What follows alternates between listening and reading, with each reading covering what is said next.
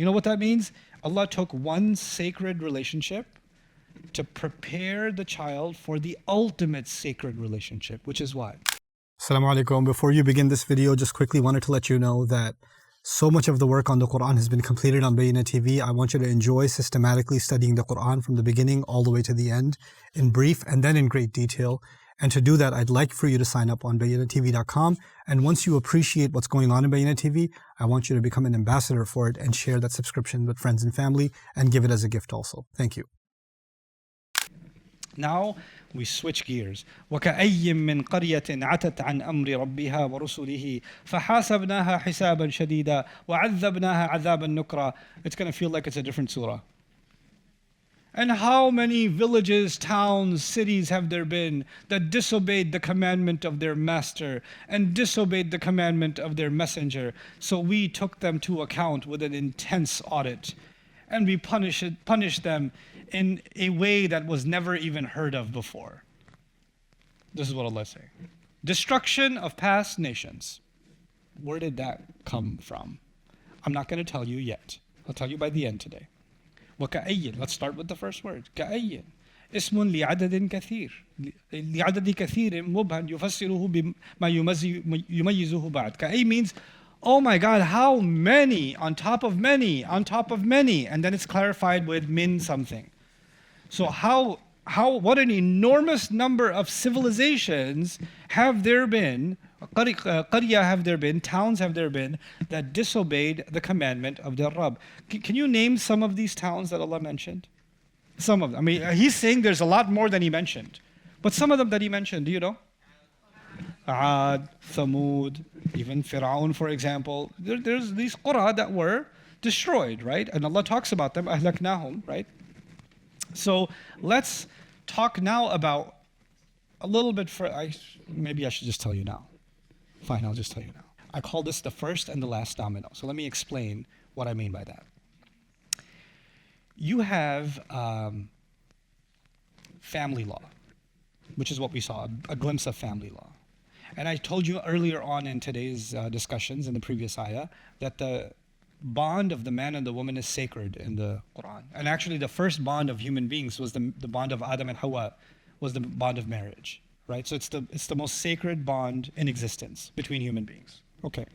Now, having said that, because of that bond being sacred, the way you enter into it, the way a man and woman can be together needs to be sacred. And the way they end that also needs to be sacred, right? That's what we described. And as a result of that, because there's so much care put into how a man and woman come together, as a result of that, the child that is born from that relationship is also a sacred responsibility, is it not? And as a result of that, the child is also told to honor the two people that came together to bring that child into this world. And so, وَبِالْوَالِدَيْنِ إِحْسَانًا. And the relationship we have with our parents is also what? Sacred. So now, humanity is building this system, and think about a child.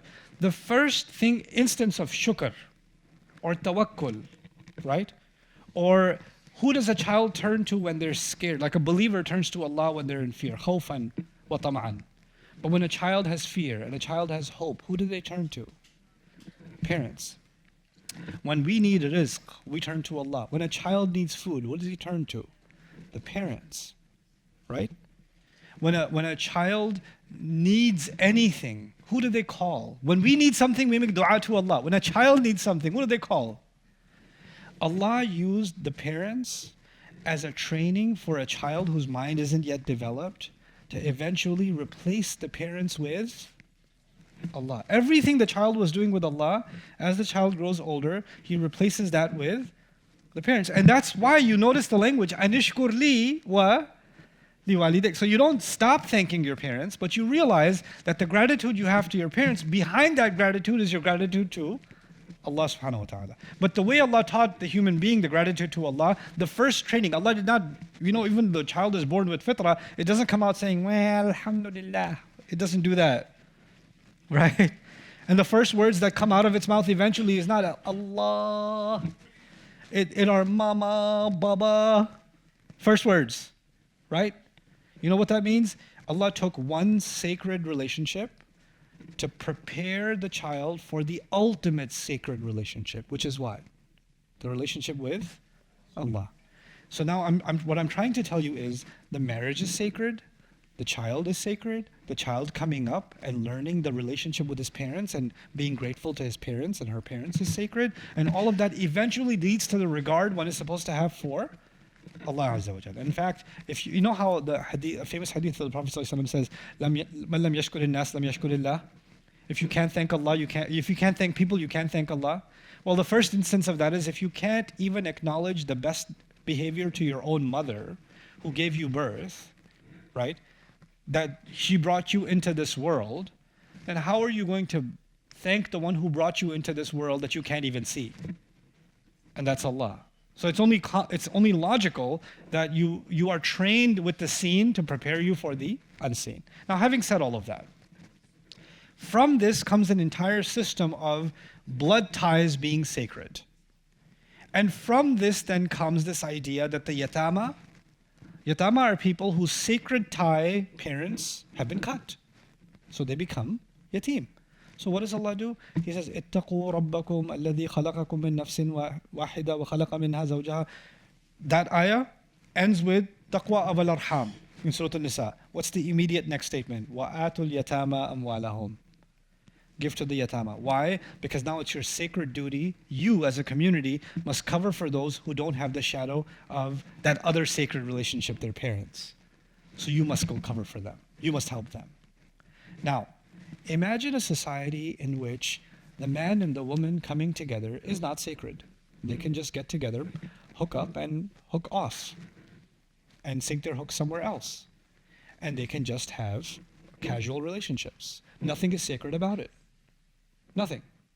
If such a society existed, I mean, you wouldn't know of such a society, but I'm saying, hypothetically, if such a society existed, then the child that comes into existence as a result of that union, is that child being treated as something sacred?